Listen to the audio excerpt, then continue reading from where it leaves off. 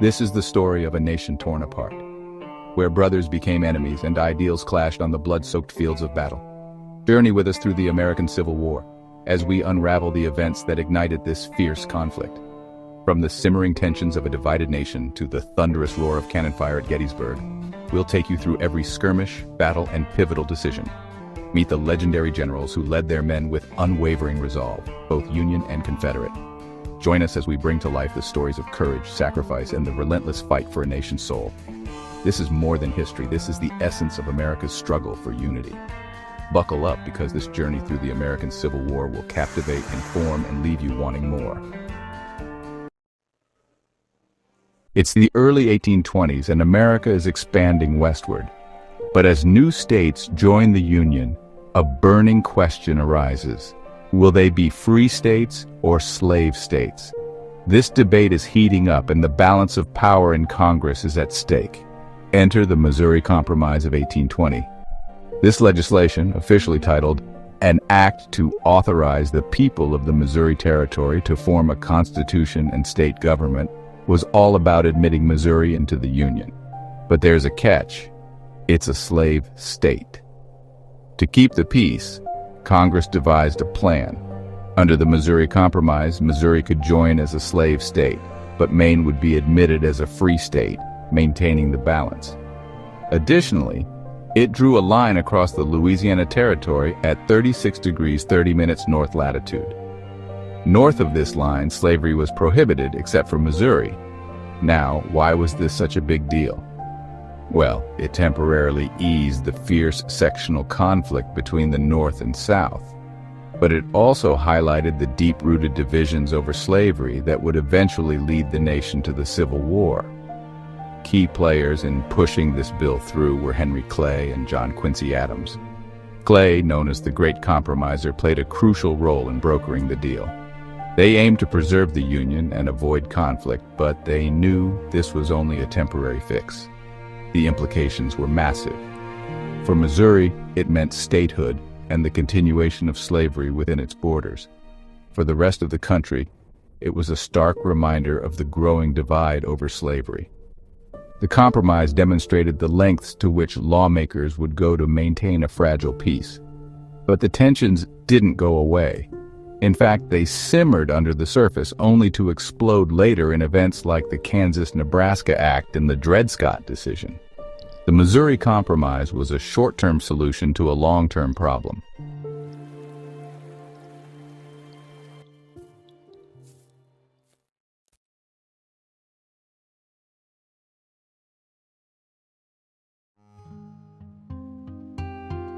But then, in the year 1850, this same issue would arise again after the Mexican-American War was over. The nation was divided, with the North and South at odds about whether slavery should extend into the new Western territories acquired from the war. Enter Senator Henry Clay with the Compromise of 1850. This wasn't just a single bill, it was a package of 5 separate acts aimed at quelling the brewing tensions and preserving the Union. First up, California was admitted as a free state. That's right, no slavery in California. This tipped the balance in the Senate in favor of the free states. But to appease the South, the compromise strengthened the Fugitive Slave Act, mandating that citizens in free states assist in the capture and return of escaped slaves. Next, Utah and New Mexico were established as territories with the decision on slavery left up to their residents, a concept known as popular sovereignty. This was a middle ground approach, allowing the people in those areas to decide for themselves whether to permit slavery. The compromise also settled a boundary dispute between Texas and the United States. Texas gave up claims to some disputed land in return for financial compensation. Essentially, it was a way to smooth over conflicts and keep Texas content. Additionally, the slave trade was outlawed in Washington, D.C. Notice I said the slave trade, not slavery itself. Slavery still existed in the nation's capital, but buying and selling slaves was prohibited. Now let's talk impact. The Compromise of 1850 was meant to be a grand resolution, but it turned out to be more of a temporary band-aid. The Fugitive Slave Act, in particular, stirred up immense controversy. More on that shortly. Many Northerners were outraged, seeing it as a moral affront and a betrayal of freedom. Resistance to the act was widespread. further inflaming the already tense relationship between North and South. It became clear that the compromise didn't address the deep-seated moral and political issues surrounding slavery. Instead, it only delayed the inevitable conflict. In the end, the Compromise of 1850 was a fleeting truce. It bought the nation a decade of uneasy peace before the Civil War broke out. Now, let's take a deeper look at the controversial Fugitive Slave Act of 1850. Part of the Congressional Compromise of 1850, this act aggressively extended the provisions of the original 1793 Act. It required law enforcement officials to arrest people suspected of escaping enslavement based on nothing more than a claimant's sworn testimony of ownership. Now, here's the kicker. The commissioner who decided the fate of the alleged fugitive was paid $10 if they found the person was indeed a fugitive, but only $5 if they determined otherwise. This created a clear financial incentive to rule in favor of the slaveholders. Moreover, any person who aided a fugitive by providing food or shelter faced 6 months imprisonment and a $1,000 fine. The North condemned this act vehemently, and it led to multiple instances of violent resistance. You might recall the Supreme Court case, Prigg v. Pennsylvania, which upheld Congress's power to pass such laws. Nevertheless, northern states resisted enforcement. For example, Wisconsin invoked the compact theory of the Constitution, insisting it retained the right to nullify what they believed was an unconstitutional law. Let's break down what the act meant on a more granular level. When a person held to service or labor in any state or territory of the U.S. escaped to another state or territory, the person to whom such service or labor was due could pursue and reclaim them. This could be done by procuring a warrant or by seizing the fugitive without process and bringing them before a court, judge, or commissioner. Critically, the testimony of alleged fugitives was not admitted as evidence in these hearings. Certificates issued by courts confirming the right to remove the fugitive were conclusive and prevented any interference by other legal processes. Furthermore, anyone who obstructed, hindered, or prevented the capture of a fugitive or aided in their escape faced severe penalties. On the political front, key figures for the act included Henry Clay, who was instrumental in crafting the Compromise of 1850, and Daniel Webster, who supported the Compromise in the hopes of preserving the Union. Opposing them were abolitionists like Frederick Douglass and Harriet Beecher Stowe, whose novel Uncle Tom's Cabin galvanized Northern opposition against the Fugitive Slave Act. We will dive into this book in a few moments. The Fugitive Slave Act of 1850 wasn't just a piece of legislation. It was a flashpoint in the escalating tensions between North and South, leading the nation closer to the Civil War. It showed the lengths to which the federal government would go to uphold the institution of slavery, and the fierce resistance it provoked laid bare the deep divisions in American society. Now, let's get back to the book mentioned before called Uncle Tom's Cabin. Harriet Beecher Stowe was a woman on a mission. Born in Connecticut in 1811, she grew up witnessing the horrors of slavery firsthand. Her father, Lyman Beecher, was a prominent minister who instilled in her a deep sense of social justice. Stowe moved to Cincinnati, Ohio, a border city where she witnessed the plight of runaway slaves seeking freedom. These experiences, coupled with her strong religious beliefs, fueled her passion to fight against the injustice of slavery. In 1850, when the Fugitive Slave Act was passed, it served as a catalyst for Stowe's writing. She felt compelled to expose the horrors of slavery to a wider audience, hoping to sway public opinion against this inhumane institution. She penned Uncle Tom's Cabin in a fury, determined to bring the realities of slavery into the homes of every American. Uncle Tom's Cabin tells the story of Tom, a devout Christian and enslaved man living on a Kentucky plantation. Tom is depicted as a kind and gentle soul, enduring the hardships of slavery with remarkable resilience. The story follows Tom's journey as he is sold away from his family and faces increasingly brutal treatment at the hands of his owners. One of the most poignant moments in the book is the death of Eva, a young white girl who befriends Tom and teaches him to read. Another key character is Eliza, a young enslaved woman who makes a daring escape to freedom with her infant son. Eliza's story, full of suspense and courage, resonated with readers and became an iconic image of resistance against slavery. The book culminates in Tom's tragic death, beaten to death by a cruel overseer for refusing to betray the location of two escaped enslaved women. Uncle Tom's Cabin was a publishing phenomenon, selling over 300,000 copies in the United States alone within its first year. The book was translated into over 70 languages and adapted into numerous plays and musicals, reaching an even wider audience. In the North, the book was met with widespread acclaim. Readers were moved by the plight of Tom and the other characters, and the book ignited a firestorm of outrage against the institution of slavery. Abolitionist societies, which had been growing in number and influence, experienced a surge in membership. Newspapers and magazines published countless reviews and essays praising Stowe's work, hailing it as a masterpiece that exposed the evils of slavery for all to see. The book became a topic of conversation in homes, churches, and public forums, further galvanizing public opinion against slavery. The reaction in the South was one of anger and defiance. Southern critics denounced the book as a work of fiction, accusing Stowe of exaggerating the realities of slavery and portraying Southerners unfairly. They argued that slavery was a necessary evil, essential to the South's economy and way of life. Southern authors penned their own novels and essays in response to Uncle Tom's Cabin, attempting to defend slavery and present a more favorable view of the South. These pro-slavery publications often depicted enslaved people as content and well cared for, portraying the relationship between enslavers and the enslaved as harmonious and beneficial. Despite attempts to discredit the book, Uncle Tom's Cabin had a profound impact on the South. The book sparked heated debates and fueled the growing divide between the North and the South. It forced Southerners to confront the moral implications of slavery and fueled the secessionist movement. Uncle Tom's Cabin had a seismic impact on American politics. The book helped to crystallize the moral arguments against slavery, pushing the issue to the forefront of national debate. It contributed to the growing polarization between the North and the South, setting the stage for the political battles that would eventually lead to the Civil War.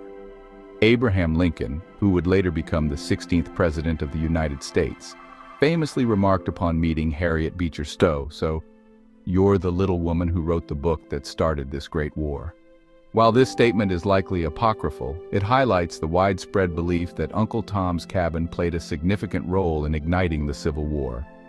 By humanizing enslaved people and exposing the brutality of slavery, Stowe's novel helped to galvanize public opinion in the North against this inhumane institution. It strengthened the abolitionist movement, fueled the creation of the Republican Party, and contributed to the election of Abraham Lincoln, who ran on a platform opposing the expansion of slavery. Uncle Tom's Cabin stands as a testament to the power of literature to inspire change. It remains a significant work, not only for its literary merit but also for its role in shaping one of the most tumultuous periods in American history. Then came the Kansas-Nebraska Act of 1854, which was a monumental yet controversial piece of legislation. It aimed to organize the territories of Kansas and Nebraska, but ended up igniting a fierce conflict over slavery. Introduced by Senator Stephen Douglas, the act proposed that settlers in these territories decide for themselves whether to allow slavery through the principle of popular sovereignty. This effectively repealed the Missouri Compromise, which had prohibited slavery north of the 36° 30' latitude line, which we discussed earlier. It was a move that sparked outrage among anti-slavery advocates who saw it as a betrayal. The act passed on May 30, 1854, and set the stage for violent confrontations, especially in Kansas, which became a battleground between pro-slavery and anti-slavery settlers, known infamously as Bleeding Kansas. More on that coming up. The act included several key provisions: the establishment of governmental structures for Kansas and Nebraska, the path to statehood, and the highly controversial extension of the Fugitive Slave Act, which we already talked about. Proponents of the bill, largely from the South, supported it because it opened up the possibility of expanding slavery into new territories. Opponents, primarily in the North, saw it as a direct threat to the balance of power between free and slave states. The North reacted with outrage and mobilized to support anti-slavery settlers moving to Kansas. Meanwhile, the South saw an opportunity to expand their socio-economic system. In the short term, the act led to immediate violence and chaos. In Kansas, both sides fought brutally to influence whether the state would be free or slaveholding. This period of conflict was a grim precursor to the Civil War, highlighting the deep divisions within the country. Long-term, the Kansas-Nebraska Act had far-reaching consequences. It led to the formation of the Republican Party, united in its opposition to the spread of slavery. This further polarized the nation along sectional lines. The violence in Kansas was a stark reminder of the inability to find a peaceful solution to the slavery issue. The Act's legacy is one of division and conflict. It showed the fragility of political compromises and the devastating effects of legislative maneuvering over deeply divisive issues. It was a critical chapter in American history that ultimately steered the nation toward disunion and civil war.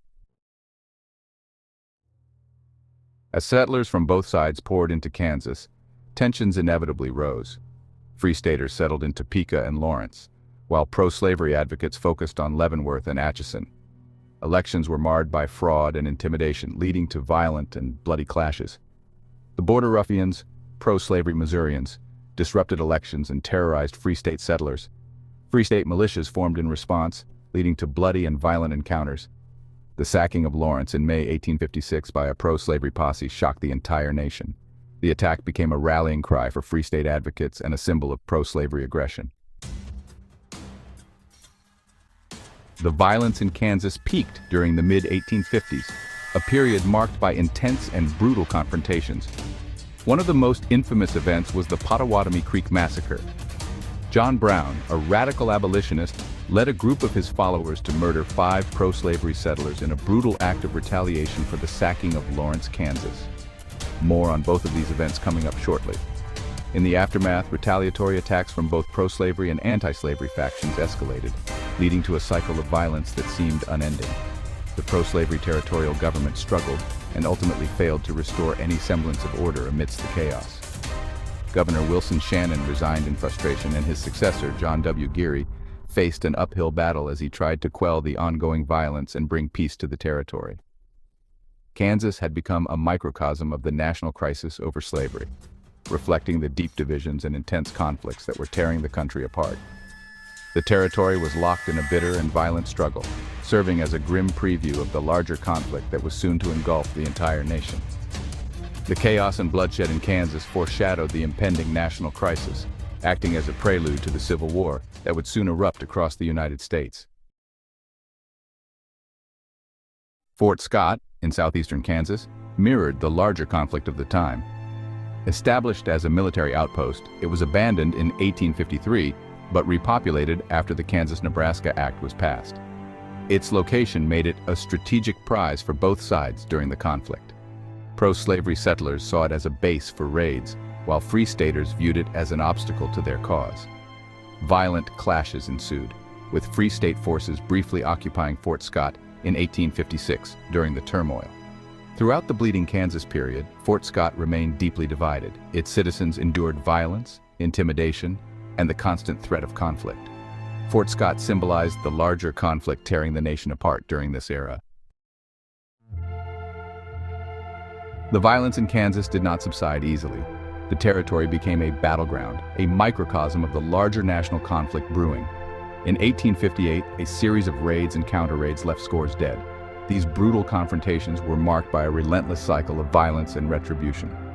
The shooting of pro-slavery lawman John Little by Free State forces highlighted the human toll. His death was a stark reminder of the personal tragedies that punctuated this period. Little's fiancée, Seanan Campbell, wrote a heart-wrenching letter to James Montgomery, blaming him for her beloved's death. Her words captured the anguish and despair felt by many during this turbulent time. This is what the letter said. Fort Scott. January 4th, 1859. Montgomery. Listen to me. Today I heard that you said in a speech a few days ago that you were not sorry you had killed John Little, that he was not killed too soon. Can you before God say so? Oh, the anguish you have caused. He was one of the noblest men ever created, brave and true to his country and to his word. You can't prove that he ever injured an innocent person. A few days more and we were to have been married, then go south to trouble you no more. But through your influence, he was killed. He was sent to another world without even time to pray or to say goodbye to his friends.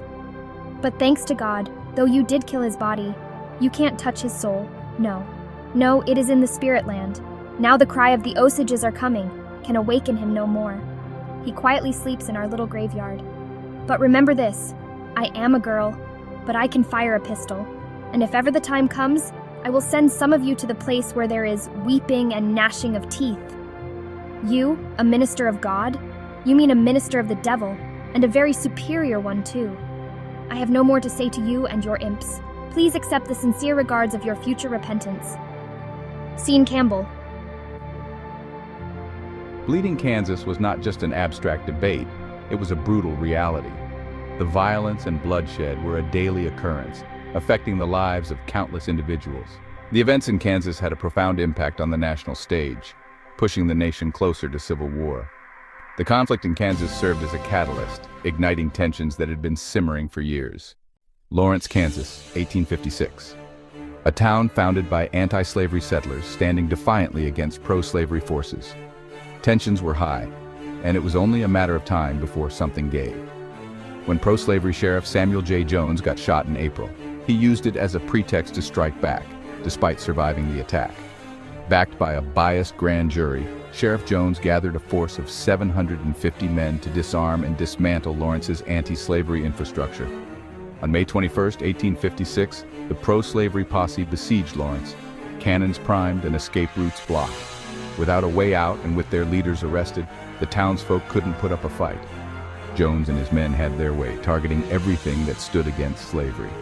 First, they destroyed the printing presses of the Herald of Freedom and the Kansas Free State newspapers, dumping them into the Kansas River. Next, they turned their attention to the Free State Hotel, falsely labeled a military fortress. They blew it up, looted, and burned it to the ground. Homes of prominent abolitionists were also vandalized and robbed, leaving a path of destruction in their wake. Despite the chaos and destruction, only one man died, a member of the pro-slavery force, killed by falling debris. The aftermath sent shockwaves throughout the nation. Northern newspapers branded it the Sack of Lawrence, portraying it as an unprovoked attack on peaceful citizens. The event ignited fears of a violent pro-slavery conspiracy and solidified Bleeding Kansas as a symbol of the escalating conflict over slavery in America. The Sack of Lawrence wasn't just a local assault. It was a calculated act meant to intimidate and silence the anti-slavery movement. And it pushed the nation one step closer to the brink of civil war. On the night of May 24, 1856, John Brown, a radical abolitionist, led a small group on a deadly mission in Kansas. This event, known as the Potawatomi Massacre, was triggered by the violent attack on the anti-slavery town of Lawrence and the brutal beating of Senator Charles Sumner. Brown, consumed by rage, sought vengeance against those who supported slavery. Their first stop was at the home of James Doyle. Brown and his men dragged Doyle and his two sons, William and Drury, from their cabin. They were mercilessly hacked to death with broadswords. The cries of the men echoed through the night as their lives were cut short. Next, Brown's group moved on to the cabin of Allen Wilkinson. They forced him out of his home and without hesitation, killed him, leaving his body on the side of the road. The cold Kansas night grew even colder with the rising tension and fear among the settlers. Their final destination was the home of James Harris. Brown's men burst into the cabin and discovered William Sherman. After a tense interrogation about his views on slavery, they decided his fate. Sherman was executed on the spot, his blood staining the ground as a chilling testament to Brown's resolve. Initially, many Eastern abolitionists couldn't believe John Brown was responsible, but testimonies soon confirmed his leadership in the massacre. This brutal night marked the beginning of Bleeding Kansas, a period of intense violence and conflict between pro-slavery and anti-slavery factions. Armed groups roamed the Kansas territory, engaging in fierce battles like the Battle of Blackjack and the Battle of Osawatomie, which we will learn more about later. Families fled their homes, and the violence became more personal and brutal with each passing day. Though Territorial Governor John Geary managed to restore some order by the fall, the bloodshed didn't truly end until 1858 and beyond. The Potawatomi Massacre and the subsequent violence of Bleeding Kansas foreshadowed the larger conflict that would soon engulf the nation in civil war. On May 22, 1856, the Senate chamber witnessed an act that would forever mark American history. Representative Preston Brooks of South Carolina sought vengeance for his cousin, Senator Andrew Butler. The target? Senator Charles Sumner, a fierce anti-slavery advocate. Sumner had delivered a blistering speech titled "The Crime Against Kansas," condemning slavery and its supporters. His words dripped with scorn, especially towards Butler, who was absent due to illness. Sumner's taunts and arrogant demeanor were too much for Brooks to bear. Brooks, determined to defend his family's honor, approached Sumner while he worked at his desk, unaware of the storm about to hit. Without warning, Brooks confronted Sumner and began striking him on the head with a heavy cane. Sumner, trapped and caught off guard, had little chance to defend himself. Blow after blow, the cane shattered, but Brooks's rage didn't. He continued the brutal assault until Sumner lay bloodied and unconscious. Witnesses were stunned, the act of violence unfolding before their eyes. The nation, too, would be shaken by this confrontation. In the South, Brooks was celebrated as a hero, a defender of Southern honor. In the North, even those critical of Sumner's harsh rhetoric were horrified, rallying to his cause. This attack underscored the deep divide between North and South, revealing the raw nerves of a nation on the brink of civil war. The caning of Charles Sumner shattered any illusion of compromise and civility between the factions, becoming a potent symbol of the escalating tensions that would soon tear the country apart. The violent exchange in the Senate was more than just a personal vendetta. It was a signal flare, illuminating the dangerous path America was treading towards conflict and division. It's June 2nd, 1856. Abolitionist John Brown and his Free State forces are facing off against pro-slavery border ruffians, led by Deputy Marshal Pate. The day starts early. At dawn, Brown's men spot Pate's camp near Blackjack. Outnumbered but determined, Brown decides to attack. His strategy? Use the terrain. They move into position, hiding behind the rolling hills and tall grass. By 6 a.m., Brown's men are ready. They charge, gunfire erupts, it's chaotic. Bullets whizzing by, men shouting orders. Brown's forces, smaller in number, use every bit of cover they can find. Pate's men, caught off guard, scramble to defend their position. By 8 a.m., the battle intensifies. Brown's men push hard, but Pate's forces hold their ground. They exchange volleys of gunfire, the air thick with smoke. By 10 a.m., there's a stalemate, neither side gaining a clear advantage. Brown, a tactical genius, decides to bluff. He orders his men to act as if reinforcements are coming. They start to move, flanking Pate's position. Pate, thinking he's surrounded, panics. By 11 a.m., he raises the white flag. He surrenders his entire force of 23 men to Brown, believing he's outnumbered. The battle ends in a truce and prisoner exchange. Brown's side suffers 4 casualties, but they've won a significant moral victory. The Battle of Blackjack was more than just a skirmish. It was a flashpoint, highlighting the fierce conflict to come. A prelude to the Civil War, fought with the same intensity and conviction that would soon engulf the entire nation. By the summer of 1856, tensions over Kansas's future as a free or slave state boiled over into violence. Osawatomie, a sanctuary for abolitionists, found itself in the crosshairs. On August 30th, over 250 Missourians, led by Reverend Martin White and General John W. Reed, crossed into Kansas, aiming to crush John Brown's stronghold. Brown, ever the defiant, rallied 30 to 50 men to defend the town. They were vastly outnumbered, while expecting an attack from the east. They were blindsided when the Missourians stormed in from the west, killing Brown's son, Frederick. The clash unfolded along the Marais des Cygnes River, north of Samuel Adair's cabin. Brown's men, though outnumbered, fought fiercely, hoping to buy time for the townspeople to escape. But the Missourians overwhelmed them, forcing Brown's men to retreat across the river. The retreat was brutal, with more casualties as they fled. Brown and his fighters fortified a log house on the river's far bank, trying to draw the Missourians away from Osawatomie. But the Missourians had other plans. Instead of engaging Brown, they looted homes and set the town ablaze, reducing Osawatomie to ashes. They took prisoners and returned to Missouri, leaving behind a smoldering ruin. This fierce battle didn't just devastate a town, it fanned the flames of a nation already on the brink of civil war.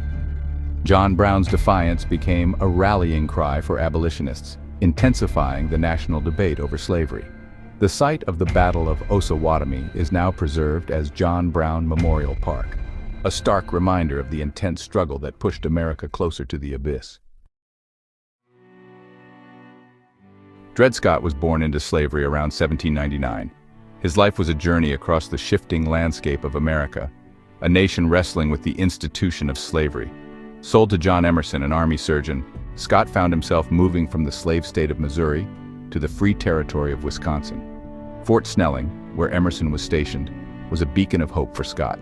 It represented a potential path to freedom. After years at Fort Snelling, Emerson moved back to Missouri, a slave state, taking Scott and his family with him. This move, this return to bondage, ignited a spark of defiance in Scott. He believed his time in free territory should grant him and his family their freedom. It was a belief rooted in the understanding of freedom as a transformative power, one that transcended state lines and legal technicalities. In 1846, Dred Scott, with the support of abolitionist lawyers, took a bold step. He sued for his freedom. This lawsuit, filed in a St. Louis courthouse, was about more than just one man's freedom. It was a direct challenge to the institution of slavery, a legal earthquake that would shake the nation to its core. The Dred Scott case was a protracted legal battle, a testament to the complexities of the issue of slavery in America. It began in the local courts of Missouri, a state deeply divided over the issue of slavery. Scott's case, with its potential to overturn existing power structures, was met with fierce opposition. The legal arguments centered around the interpretation of the law and the very definition of citizenship.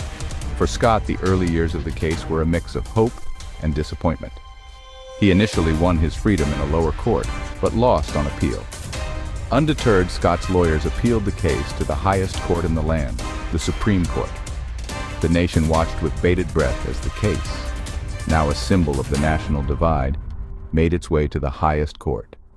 The Supreme Court, under the leadership of Chief Justice Roger Taney, was deeply divided. The justices, representing the North and the South, reflected the nation's political and ideological chasm.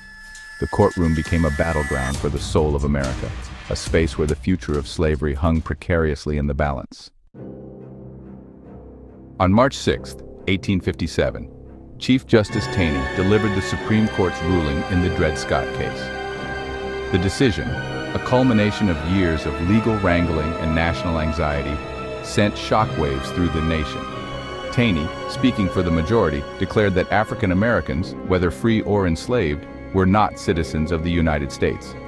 This ruling, with its far-reaching implications, effectively stripped African Americans of any legal standing.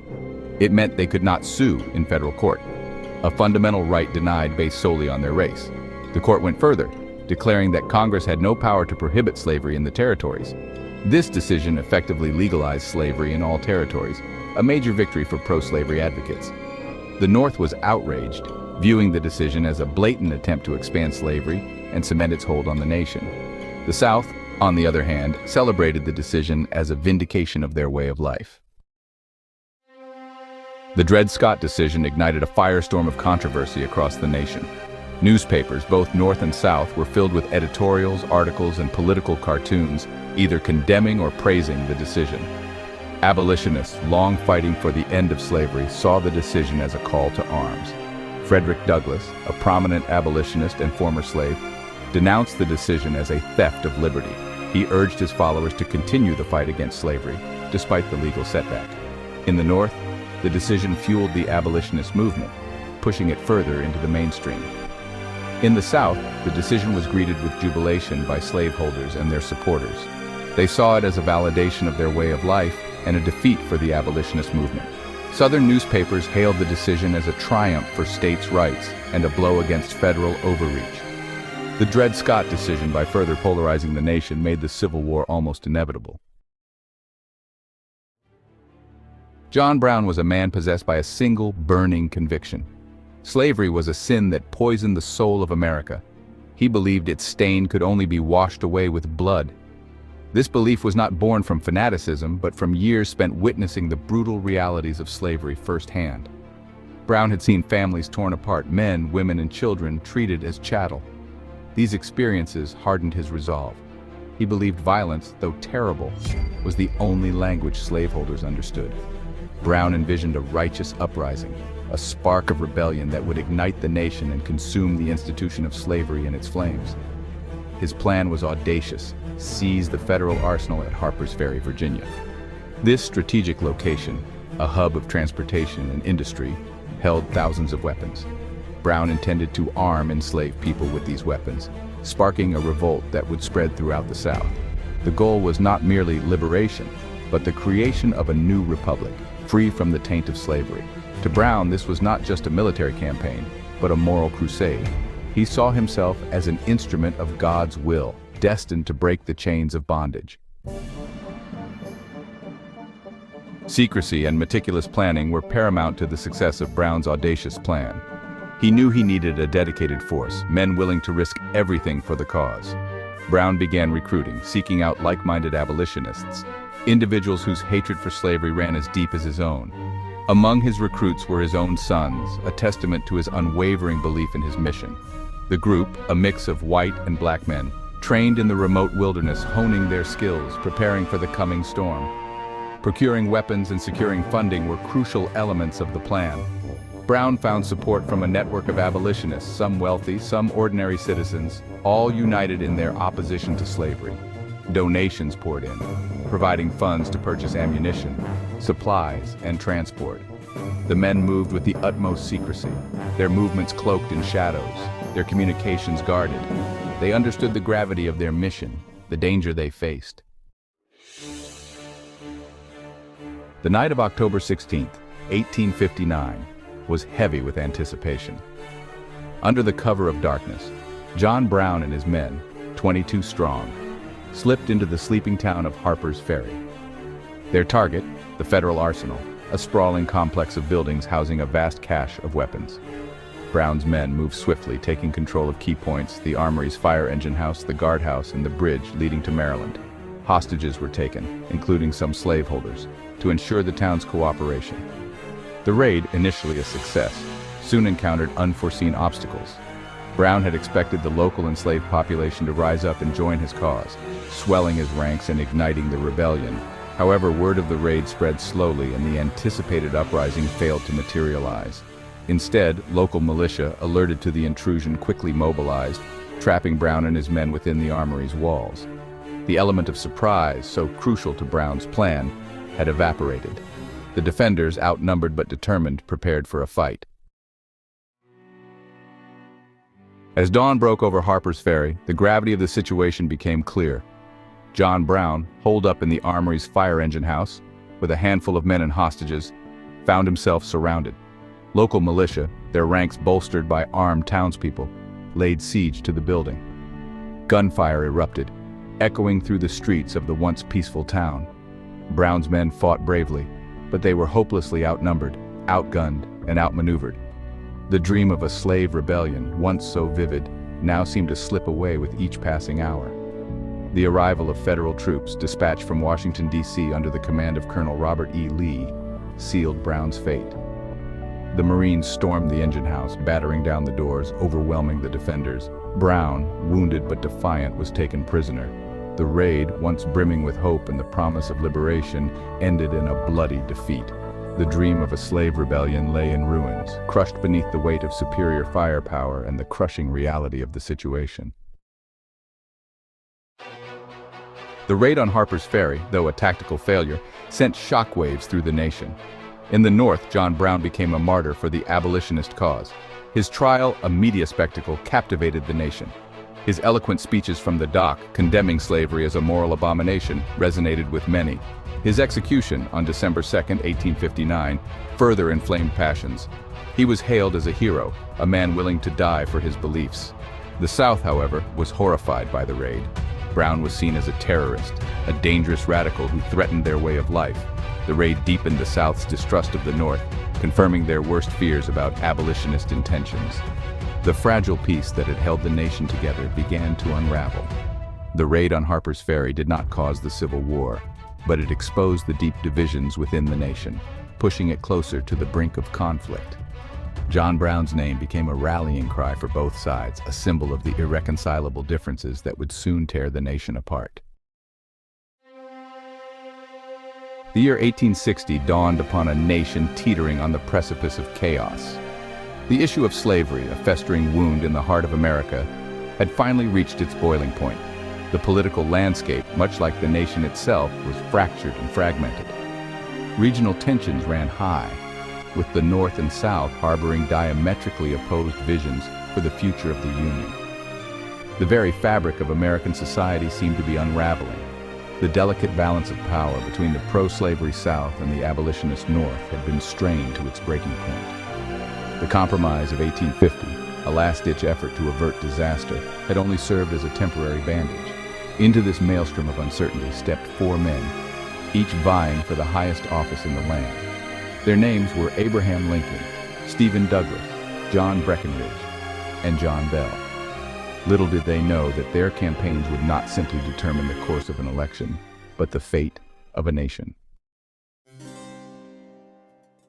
Abraham Lincoln, a relatively unknown lawyer from Illinois, emerged as the candidate of the newly formed Republican Party. Lincoln, a staunch opponent of slavery's expansion, represented the hopes of many Northerners who yearned for a nation free from the shackles of human bondage. Stephen Douglas, a seasoned politician and the incumbent senator from Illinois, became the standard-bearer for the Northern Democrats. Douglas, a proponent of popular sovereignty, argued that the citizens of each territory should have the right to decide whether or not to allow slavery within their borders. Representing the Southern Democrats was John Breckinridge, the sitting vice president under James Buchanan. Breckinridge, a staunch defender of states' rights, advocated for the protection of slavery in all territories. Rounding out the crowded field was John Bell, a former Whig from Tennessee, who ran as the candidate of the Constitutional Union Party. Bell, a moderate who sought to avoid the divisive issue of slavery altogether, campaigned on a platform of preserving the Union at all costs. As the election results began to trickle in, a sense of cautious optimism swept through much of the North. Lincoln's victory, while far from a landslide, represented a significant turning point in the nation's history. For the first time, a president had been elected on a platform explicitly opposed to the expansion of slavery. Yet, amidst the celebrations, a palpable sense of apprehension lingered in the air. Lincoln's victory had been deeply sectional, with his support concentrated almost entirely in the North. The South, for its part, viewed Lincoln's election as an existential threat to their way of life. Many Northerners, while opposed to slavery in the abstract, remained deeply ambivalent about the prospect of a war to end it.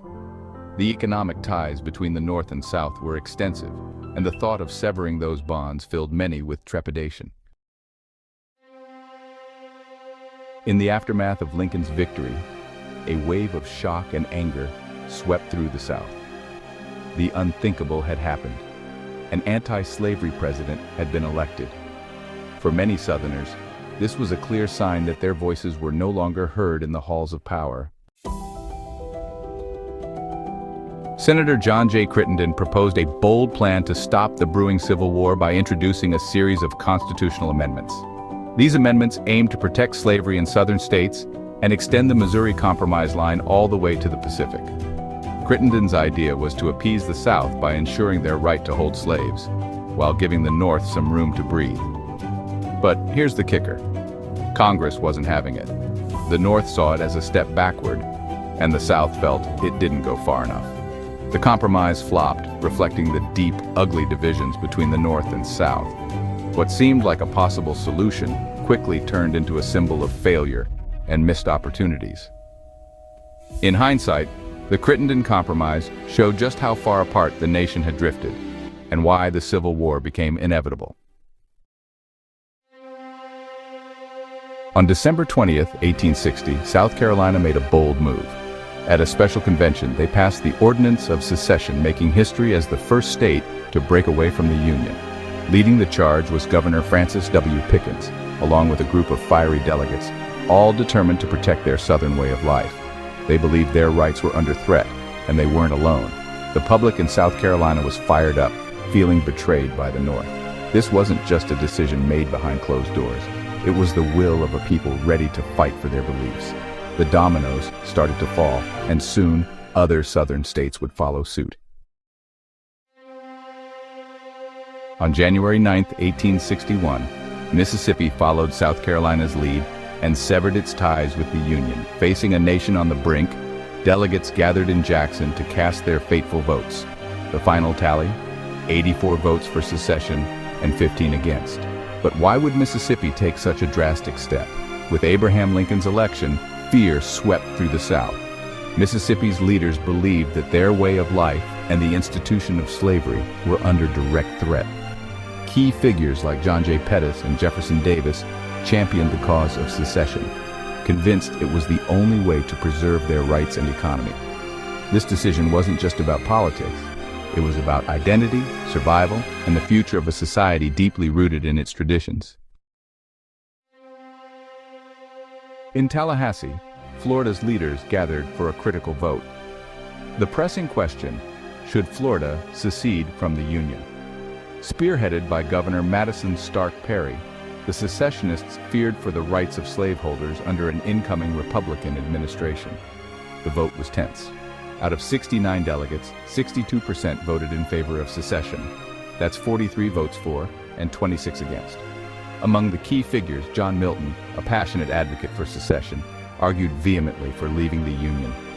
On the other side, George T. Ward, a voice for Union loyalty, warned of the perilous path ahead. Despite opposition, the secessionists prevailed. Florida became the third state to secede, joining South Carolina and Mississippi. It was January 11, 1861. In the grand halls of Montgomery, Alabama's legislature gathered, tensions thicker than molasses. The vote was on the table. Should Alabama join the Confederacy? The result? 61 in favor, 39 against. Alabama declared itself a sovereign state, free from the Union. Key figures like William L. Yancey, a fierce advocate for states' rights, led the charge. Governor Andrew B. Moore supported the movement, emphasizing the need to protect their way of life. But not everyone agreed. Unionist leaders like Jeremiah Clemens fought hard to keep Alabama in the Union, but the decision had been made and Alabama had left the Union. On January 19, 1861, Georgia's convention voted to secede from the Union, a move fueled by deep-rooted tensions and fears. Leaders like Thomas R. Cobb and Robert Toombs voiced the South's growing concerns over the North's hostility toward slavery and Southern interests. They saw secession as the only solution. But this wasn't an isolated act. Before Georgia, South Carolina, Mississippi, Florida, and Alabama had already left the Union. The stage was set for a confrontation of epic proportions. On one side, Unionist figures like Alexander H. Stephens argued against secession, warning of the perils ahead. Yet, the majority stood firm, convinced that their way of life was under threat. This decision didn't just mark Georgia's departure, it was a significant chapter in the unfolding drama that led to the Civil War, a war that would reshape the very fabric of the United States. Georgia's choice wasn't merely about politics. It was about identity, survival, and a defiance that echoed through the annals of history. On January 26, 1861, Louisiana made a bold move. The state seceded from the Union, joining a growing list of southern states. Alabama, Florida, Georgia, Mississippi, and South Carolina had already left. The vote? Well, it was intense. 113 delegates stood in favor of secession, while 17 stood against it. The stakes couldn't have been higher. Key leaders like Governor Thomas Overton Moore and Judge Alexander Mouton pushed hard for secession. They argued that the Southern way of life was under threat. On the other side, men like Benjamin Flanders and J.P. Benjamin fought to keep the state in the Union. But in the end, the vote was clear. Louisiana chose to cut ties. On February 1, 1861, Texas held a convention to decide its fate. The vote for secession was driven by the desire to protect state rights and maintain slavery. Texas joined South Carolina, Mississippi, Florida, Alabama, Georgia, and Louisiana, who had all made moves already. Leading the charge for secession were figures like Governor Sam Houston, who surprisingly opposed it, warning of the chaos it would bring. Yet men like Orrin M. Roberts, head of the secession convention, pushed hard for it. The vote was decisive, 166 to 8 in favor of secession. It wasn't just politics, it was about identity, economy, and way of life. The people of Texas believed joining the Confederacy would preserve their rights and institution of slavery. In a whirlwind of passion and politics, Texas became part of the Confederate States of America. In Montgomery, Alabama, a sense of urgency grips the air. Secession, once radical, is now openly discussed. On February 4, 1861, delegates from 6 southern states gather in Montgomery. They come not to celebrate, but to sever ties with the North. The atmosphere is a mix of trepidation and defiance. The delegates, aware of the far-reaching consequences, are a diverse group with varying views on secession. Among the delegates, Jefferson Davis stands out. Born in Kentucky and raised in Mississippi, Davis embodies the South's complex identity, a blend of tradition and change.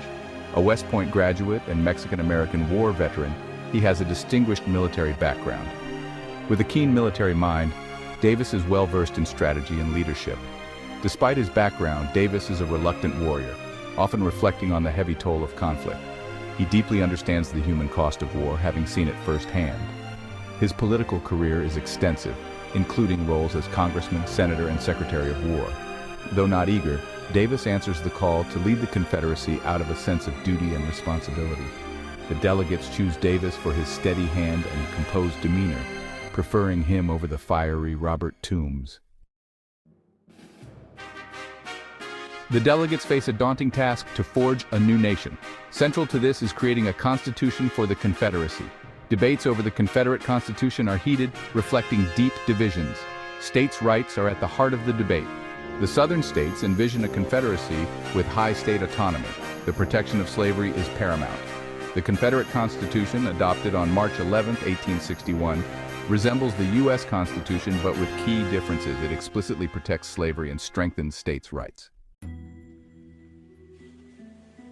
In Montgomery, Alabama, a sense of urgency grips the air. Secession, once radical, is now openly discussed. On February 4, 1861, delegates from 6 Southern states gather in Montgomery. They come not to celebrate, but to sever ties with the North. The atmosphere is a mix of trepidation and defiance. The delegates, aware of the far-reaching consequences, are a diverse group with varying views on secession. Among the delegates, Jefferson Davis stands out. Born in Kentucky and raised in Mississippi, Davis embodies the South's complex identity, a blend of tradition and change. A West Point graduate and Mexican-American War veteran, he has a distinguished military background. With a keen military mind, Davis is well-versed in strategy and leadership. Despite his background, Davis is a reluctant warrior, often reflecting on the heavy toll of conflict. He deeply understands the human cost of war, having seen it firsthand. His political career is extensive, including roles as congressman, senator, and secretary of war. Though not eager, Davis answers the call to lead the Confederacy out of a sense of duty and responsibility. The delegates choose Davis for his steady hand and composed demeanor, preferring him over the fiery Robert Toombs. The delegates face a daunting task to forge a new nation. Central to this is creating a constitution for the Confederacy. Debates over the Confederate Constitution are heated, reflecting deep divisions. States' rights are at the heart of the debate. The Southern states envision a confederacy with high state autonomy. The protection of slavery is paramount. The Confederate Constitution, adopted on March 11, 1861, resembles the U.S. Constitution but with key differences. It explicitly protects slavery and strengthens states' rights. The Confederacy prepared for armed conflict. They knew they were outmatched in industrial might, but they believed in their cause and military prowess. The Confederate Congress authorized a 100,000-man army. Thousands of young men heeded the call. The secession of the Southern states also triggered a scramble for control of vital military assets. The Confederate government moved swiftly to seize federal installations within its borders. These included forts, arsenals, and navy yards with valuable supplies. In some cases, federal troops surrendered without resistance. With the shadow of war looming, the Confederacy faced the daunting task of building an army from scratch. The 100,000 men that Congress had approved would consist of volunteers and state militias. They would serve as the backbone of the Confederate military in the early days of the war. The response to the call for volunteers was initially overwhelming. Thousands of young men, swept up in a wave of Southern patriotism, flocked to enlist. They were driven by a mix of motivations. Some were ardent secessionists. They were eager to defend their homeland from what they perceived as Northern aggression. Others were motivated by a sense of adventure or a desire to prove their manhood on the battlefield. The Confederate government faced significant challenges in equipping and training this influx of recruits. The South lacked the industrial capacity of the North. It struggled to produce weapons, ammunition, and other essential supplies in sufficient quantities. Training camps were hastily established, often lacking in basic necessities. Despite these challenges, the Confederate Army began to take shape in the months following secession. The secession of the Southern states also presented a profound dilemma for officers in the United States Army. These men, bound by oaths of loyalty to the Constitution, suddenly found themselves torn. Many had deep roots in the South. They had family and friends who embraced secession. The decision was deeply personal. Some, like Robert E. Lee, agonized over it. Others, like Winfield Scott, remained loyal to the Union. The exodus of Southern officers had a profound impact. The Confederacy gained experienced leaders. The Union Army was depleted of talent, although still had many formidable officers at its disposal. The decision to join the Confederacy was often driven by a complex interplay of factors. For many Southern officers, the allure of fighting for their homeland proved irresistible. They had grown up in a culture steeped in Southern pride and tradition. They viewed the Union as an abstract entity. The South, with its agrarian lifestyle and emphasis on states' rights, represented a way of life they cherished and were willing to defend. The institution of slavery, deeply intertwined with the Southern economy and social order, also played a significant role in shaping the decisions of some officers. These men, raised in a society where slavery was the norm, accepted it as a natural order. They were willing to fight to preserve it. The prospect of advancement also influenced the choices of some officers. The Confederate Army, desperate for experienced leaders, offered opportunities for promotion. These opportunities were not available in the much larger and more established United States Army. The wave of resignations from Southern officers dealt a significant blow to the Union Army. The loss of experienced leaders, particularly in the artillery and engineering corps, created a void in the Union's military establishment. These officers took with them not only their tactical expertise, but also their knowledge of Union military strategy and capabilities. The Union was forced to scramble to fill these vacancies, often promoting officers with less experience or drawing on the expertise of foreign military observers. The departure of Southern officers also had a demoralizing effect on the Union Army. It raised doubts about the loyalty of officers from border states. It sowed seeds of distrust within the ranks. The Union, however, benefited from a larger pool of manpower and a more developed industrial base. It was able to recover from these early setbacks. The Confederacy, while initially bolstered by the influx of experienced officers, would ultimately struggle to replace their losses as the war dragged on. The South's economy, heavily reliant on agriculture and the export of cotton, was ill-suited to support a protracted war. The Confederacy struggled to produce the weapons, ammunition, and other supplies needed to sustain its war effort. The Confederate government implemented a series of measures aimed at mobilizing its resources. It established armories and factories, encouraged the development of mining and manufacturing, and imposed conscription. However, these efforts were often hampered by a lack of infrastructure, skilled labor, and capital. The Confederacy also faced challenges in transporting troops and supplies. The South's railroad network was less extensive than that of the North and was often in disrepair. The Union Navy's control of the Mississippi River further hampered the Confederacy's ability to move goods and troops. By the end of February 1861, the Confederate States of America, though still in its infancy, had made significant strides in preparing for war. Then, on March 4th of 1861, Abraham Lincoln took office amidst all of this chaos brewing all over the country. He was still hoping to avoid conflict with the Southern states, even though 7 of them had already seceded from the Union and formed their own government. Lincoln's strategy was laid out very plainly in his speech that he gave the very day he was sworn into office as President of the United States.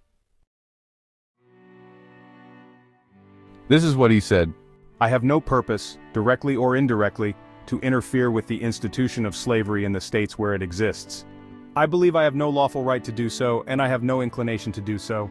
Those who nominated and elected me did so with full knowledge that I had made this and many similar declarations and had never recanted them. And more than this, they placed in the platform for my acceptance, and as a law to themselves and to me, the clear and emphatic resolution which I now read: resolved, that the maintenance inviolate of the rights of the states, and especially the right of each state to order and control its own domestic institutions according to its own judgment exclusively, is essential to that balance of power on which the perfection and endurance of our political fabric depend. I take the official oath today with no mental reservations and with no purpose to construe the Constitution or laws by any hypercritical rules. And while I do not choose now to specify particular acts of Congress as proper to be enforced, I do suggest that it will be much safer for all, both in official and private stations, to conform to and abide by all those acts which stand unrepealed than to violate any of them, trusting to find impunity in having them held to be unconstitutional. It is 72 years since the first inauguration of a president under our national Constitution. During that period, 15 different and greatly distinguished citizens have in succession administered the executive branch of the government. They have conducted it through many perils and generally with great success. Yet, with all this scope of precedent, I now enter upon the same task for the brief constitutional term of 4 years under great and peculiar difficulty. A disruption of the federal union, heretofore only menaced, is now formidably attempted. I therefore consider that in view of the Constitution and the laws, the Union is unbroken, and to the extent of my ability I shall take care, as the Constitution itself expressly enjoins upon me, that the laws of the Union be faithfully executed in all the states. Doing this I deem to be only a simple duty on my part, and I shall perform it so far as practicable. Unless my rightful masters, the American people, shall withhold the requisite means, or in some authoritative manner direct the contrary, I trust this will not be regarded as a menace, but only as the declared purpose of the Union that it will constitutionally defend and maintain itself. In doing this there needs to be no bloodshed or violence, and there shall be none unless it be forced upon the national authority. The power confided to me will be used to hold, occupy, and possess the property and places belonging to the government, and to collect the duties and imposts. But beyond what may be necessary for these objects, there will be no invasion, no using of force against or among the people anywhere. Where hostility to the United States in any interior locality shall be so great and universal as to prevent competent resident citizens from holding the federal offices, there will be no attempt to force obnoxious strangers among the people for that object. While the strict legal right may exist in the government to enforce the exercise of these offices, the attempt to do so would be so irritating and so nearly impracticable withal, that I deem it better to forego for the time the uses of such offices. The chief magistrate derives all his authority from the people, and they have referred none upon him to fix terms for the separation of the states. The people themselves can do this if also they choose, but the executive as such has nothing to do with it. His duty is to administer the present government as it came to his hands, and to transmit it unimpaired by him to his successor, by the frame of the government under which we live. This same people have wisely given their public servants but little power for mischief, and have with equal wisdom provided for the return of that little to their own hands at very short intervals. While the people retain their virtue and vigilance, no administration by any extreme of wickedness or folly can very seriously injure the government in the short space of 4 years. Now that Lincoln was in office, the Confederacy had been formed and both sides had drawn their own lines in the sand. What would happen next?